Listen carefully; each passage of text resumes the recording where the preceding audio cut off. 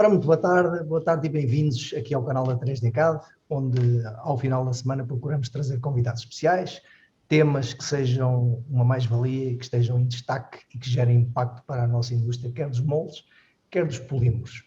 Hoje, mais uma vez, trazemos um convidado muito especial, o Sr. Luís Albano, vice-presidente da Abinfer, associação. Aliás, eu vou passar ao Sr. Luís Albano, que o Sr. Luís Albano descreve muito melhor do que eu em que é que consiste a Abinfer. Sr. Luís, muito boa tarde e seja bem-vindo e um enorme agradecimento por se juntar a nós. Muito obrigado. Oi, João. Eu que agradeço. É um prazer imenso aqui estar contribuindo para essa iniciativa e eu adoro aqui bater um papo, participar desse bate-papo com uma pessoa tão qualificada como o senhor. Então, vamos... A Abinfer é a sigla para a Associação Brasileira da Indústria de Ferramentais. Então, ela representa basicamente as ferramentarias do país. Eu sou vice-presidente, mas a área que eu respondo diretamente ao nosso presidente Christian Dillmann é a área de Relações Internacionais e Tecnologia. E a área de tecnologia é porque eu tenho planejamento de participar de feiras internacionais e, através da Abinfer, eu consigo dividir esse conhecimento com os ferramenteiros brasileiros.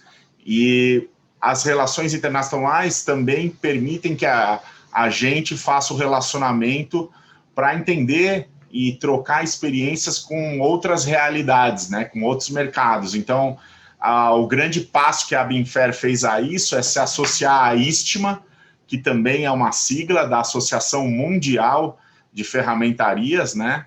International Toolmaking Association, né? E ela também engloba países de todas as áreas. Então, para quem também, às vezes é uma novidade, as pessoas não sabem que há uma associação internacional de ferramentarias, né? Então, e aí, devido a isso, eu achei que é interessante a gente conversar dessas realidades que essa associação mundial permite, né? E que traz, que para mim foi uma coisa muito enriquecedora, porque a gente acaba nessas conversas, hoje virtualmente também intensificou muito mais, porque antes eram praticamente feitas presencialmente, então esse foi um benefício aí dessa dolorosa pandemia, né, de que houve mais essa interação, e nós agora, né, somos essa experiência maravilhosa que também é fruto dessa tecnologia, e eu acho bacana. Então, rapidinho, a Abinfer é uma associação não governamental. Só uma pergunta rápida. Claro. Para nós é um enorme privilégio termos aqui alguém que representa então uma associação. Agora uma pergunta, a palavra fabricante de moldes no Brasil não é utilizada, é utilizada então ferramentaria, é isso? Isso mesmo, exato. Ou matrizaria, também é muito comum.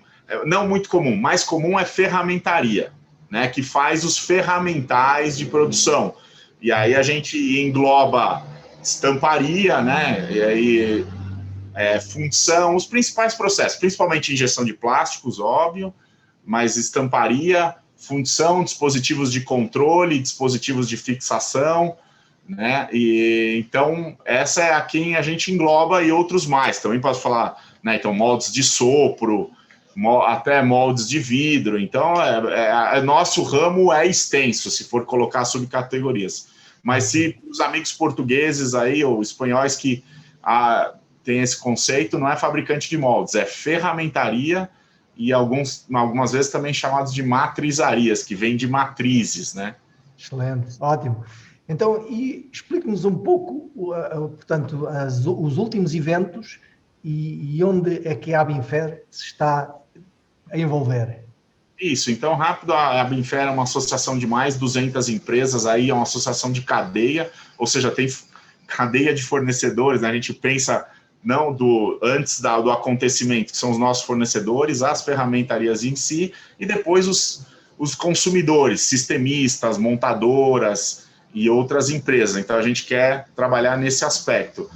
ela é uma associação não governamental, né, e totalmente privada, ou seja, quem sustentam ela são os associados, a gente não recebe nenhum dinheiro do governo, porque no Brasil, para quem aqueles conhecem, existem sindicatos patronais que recebiam uma verba dedicada. Então, não, a gente tem que prestar serviços, agregar valor para os nossos associados para que eles continuem nos suportando. Os diretores são todos trabalho voluntário e não são remunerados apenas pelas despesas incorridas no processo dessa defesa, né? E aí, hoje, há várias iniciativas sendo levadas à frente. As mais importantes são o programa Rota 2030, que é um programa de incentivo ao adensamento da cadeia automotiva no Brasil.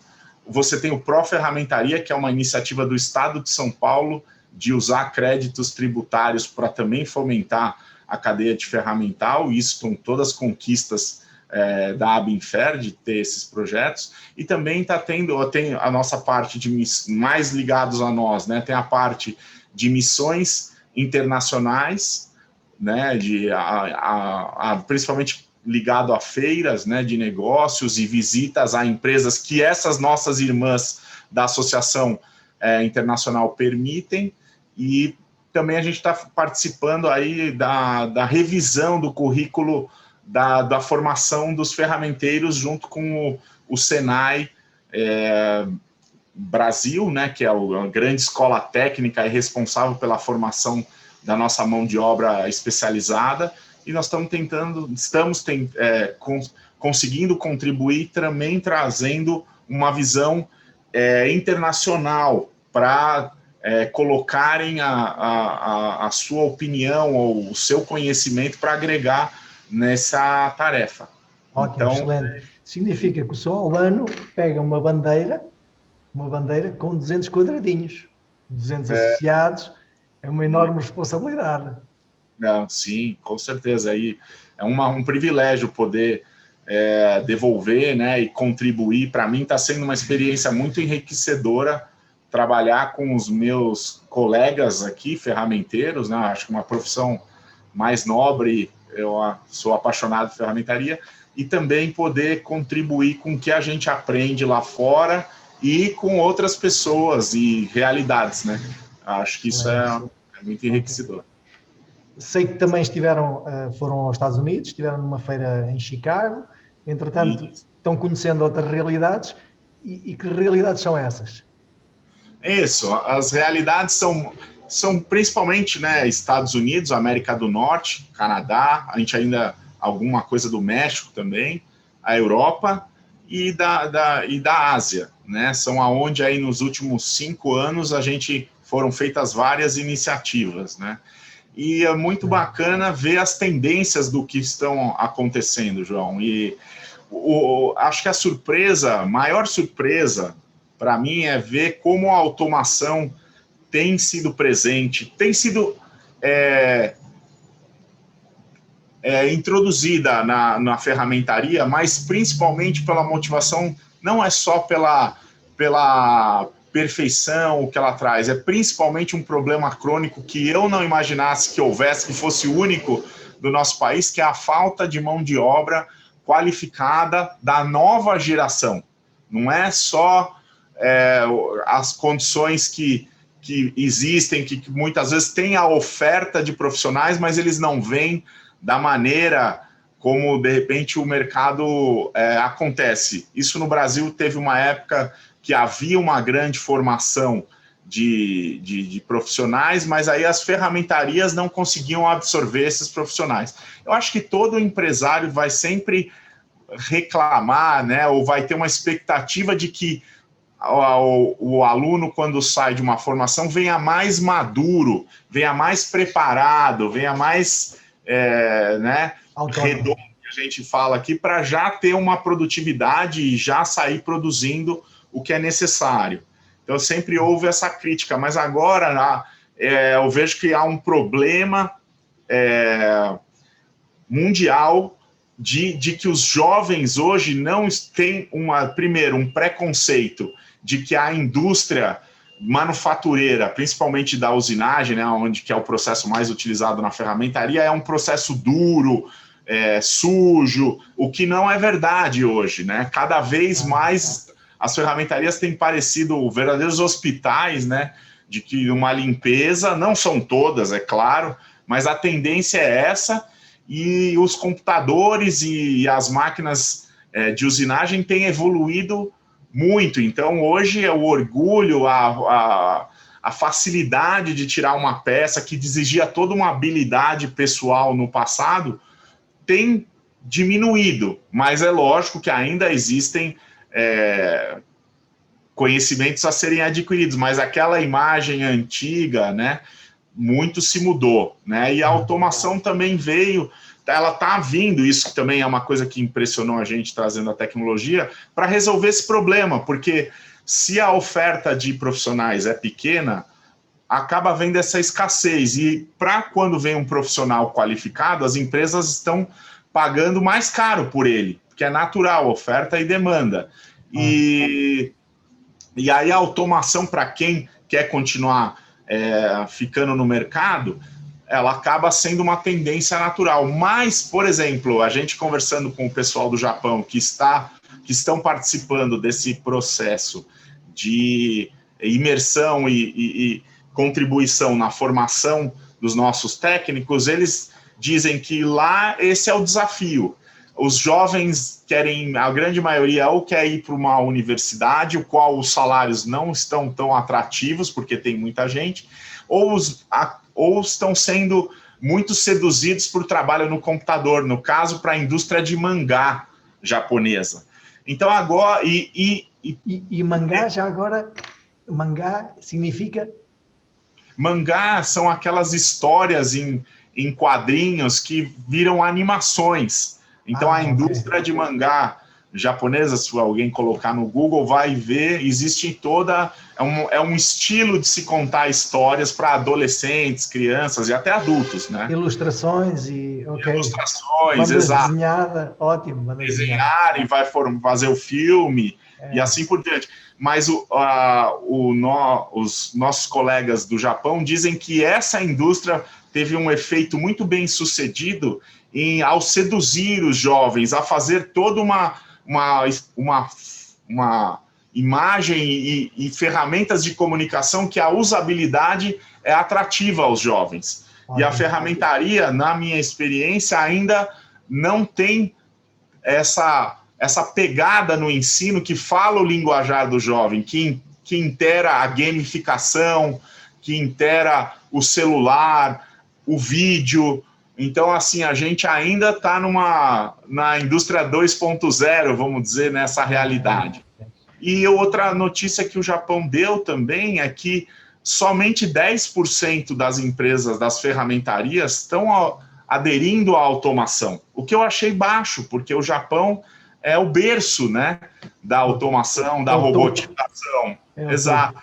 E o motivo é justamente esse, as pessoas que estão saindo dos cursos de ferramentaria estão diminuindo, aquelas que saem não estão ainda saindo aptas, e eles estão comentando que justamente estão preocupados porque é o desperdício, porque quando os jovens entram, eles são muito abertos à tecnologia. Então, o governo japonês está fazendo todo um esforço para que essas tecnologias sejam já inseridas o mais breve possível dentro da realidade. Então, eles não conseguem automatizar, porque a mão de obra já não chega madura para o que precisa, e a digitalização de processos deles ainda é baixa. Ok. Então, essa é uma tendência. Ok. Excelente o Sr. Luís Albano conhecer outras realidades, porque eu pessoalmente conheço mais a realidade aqui de Portugal. Pronto, o que tem realmente acontecido é um pouco o que o Sr. Luís Albano estava a referir há pouco. Os jovens não se sentem muito atraídos por esta indústria, mas, todavia, as empresas fazem um enorme esforço em transformar as suas fábricas, os seus espaços, em quase laboratórios. Portanto, há uma tendência bastante grande de tornar os espaços mais atrativos, mais apelativos, e que realmente sejam apelativos e interessantes para os jovens ingressarem nesta área. Realmente a pandemia também depois subverteu tudo isto. Realmente sobre a automação, o que eu posso referir aqui já iniciou há vários anos esta parte. Aliás, há uma empresa aqui na zona da Marinha Grande que eu penso que já há 15 anos atrás aboliu completamente o desenho, ou seja, o papel, já há cerca de uns 15 anos. Usou completamente o processo, né? Colocando os tais terminais, isso assim, distribuídos pela fábrica, e portanto já há bastantes anos que pôs de parte. As outras estão a acompanhar, uma larga maioria também já começaram a colocar de parte. Sobre a robótica e sobre essa indústria 4.0, o que está a acontecer é que há uma tentativa também bastante grande no sentido de automatizar partes da produção. Algumas delas mais na área de elétrodos, quer na sua maquinação de elétrodos, quer na paletização ou num estoque, portanto ali numa... Na eletroerosão, né? Na etapa de eletroerosão, então, né? Não só a fabricação do eletrodo, mas como na erosão.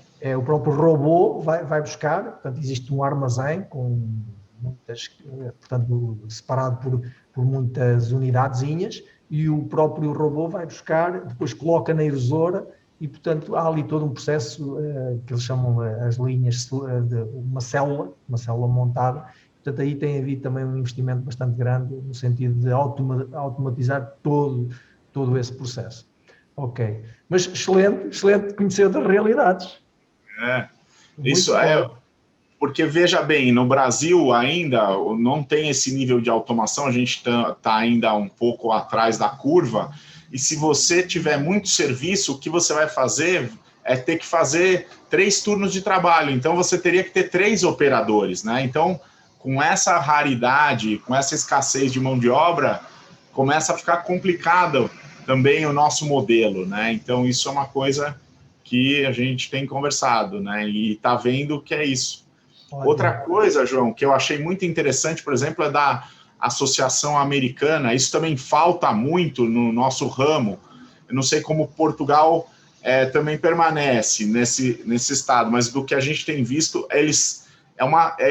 até uma sugestão da Associação Americana que tente ser feito depois uma segunda iniciativa, uma iniciativa mundial disso. O que é isso?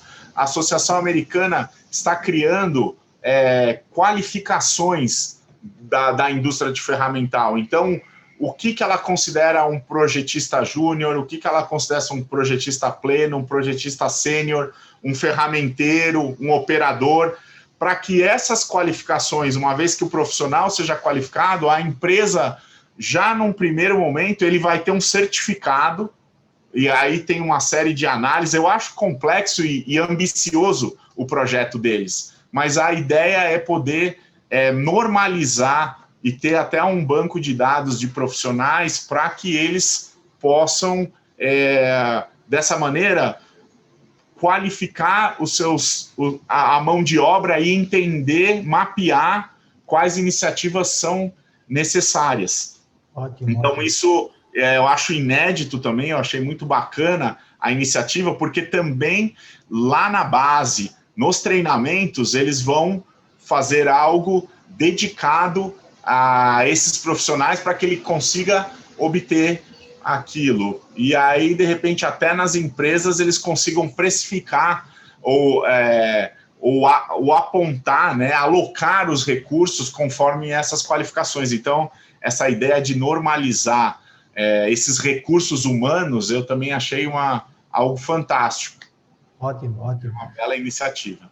Impecável, ou seja, no fundo é uma base de dados onde depois também estão profissionais e depois um pouco também por escalões, talvez dessa forma. Isso, claro, exato. E mais importante, muito bem descrito e testado, por isso que é ambicioso.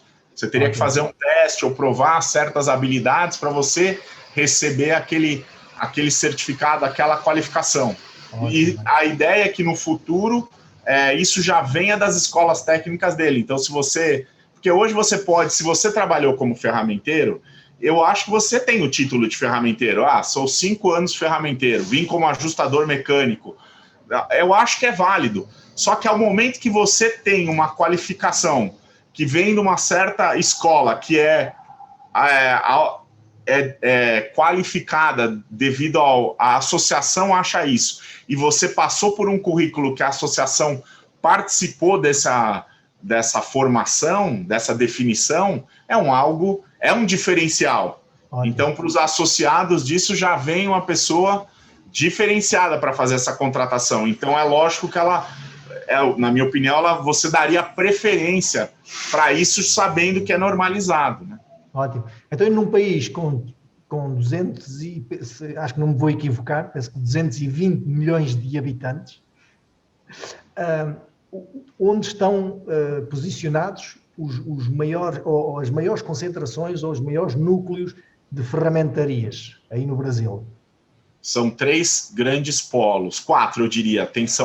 No estado de São Paulo, a gente divide entre São Paulo capital, que é uma cidade, ou Grande São Paulo, 20 milhões de habitantes, né, num raio aí de 25 quilômetros de distância, e o interior do estado de São Paulo.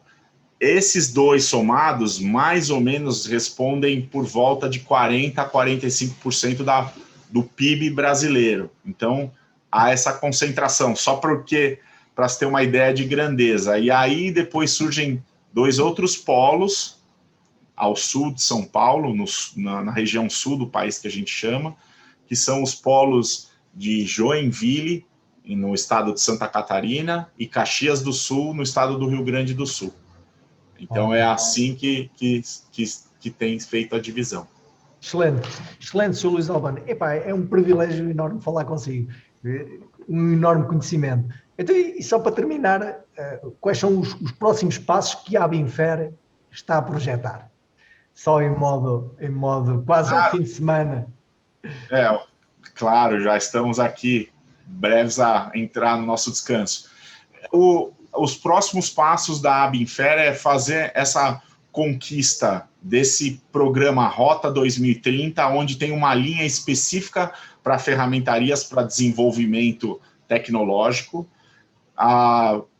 continuar com a nossa luta em Brasília para que haja incentivos e condições mais favoráveis ao empreendimento, né, ao empreendimento das ferramentarias. Junto do Estado brasileiro. Com o Estado brasileiro, exato. Políticas públicas, né, que a gente fala, políticas de Estado, que permitam que a ferramentaria prospere, né? Tem uma série de iniciativas nesse aspecto que a gente vai continuar batalhando. Na parte internacional e de tecnologia, estamos continuando e intensificando a nossa troca cultural, vamos dizer assim, entre os membros da Istma, ainda agora com um ponto de interrogação de como vai ficar essa realidade Covid, né, que as feiras de negócio aos poucos têm retomado, mas ainda tem alguns desafios quanto a isso, e da parte educacional também participar dessa reforma tão importante aí do ensino técnico do Brasil. Excelente, excelente. Pronto, em nome da 3DCAD, um agradecimento muito especial e termos estado aqui a partilhar todo este conhecimento e a aprofundar um pouco então a razão de ser da Abinfer.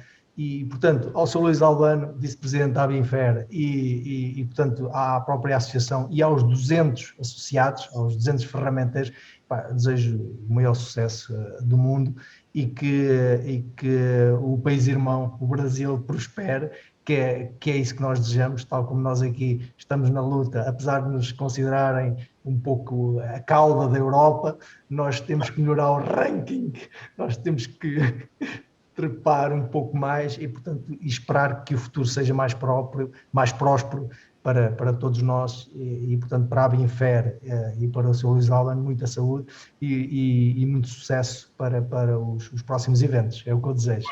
João, eu agradeço mais uma vez a oportunidade. Eu não queria, por último, que eu cometi uma gafe, eu deveria ter mencionado também os nossos colegas aí da Cefamol, né, o Manuel, o seu João, todos o pessoal que sempre é tão solícito conosco na nossa convívio, né? São pessoas muito queridas e eu estou muito ansioso para que a gente volte a Portugal e possa tirar uma foto, quem sabe nos vermos pessoalmente também aí, numa dessas missões que estavam planejadas antes da pandemia e a gente espera retomá-las. É sempre um prazer estar presente aqui. Obrigado mais uma vez pelo convite. Excelente. Ok, votos de um bom fim de semana para todos os ouvintes que estiveram aqui connosco. Agradecimento também por os minutos que despenderam a ouvir esta nossa tertúlia e este nosso debate. E, portanto, esperamos ver-nos para a próxima semana. Um enorme obrigado, um abraço e um excelente fim de semana. Tudo bom. Saúde. Obrigado. Obrigado. Prazer em vê-lo, João. Um abraço enorme. Obrigado.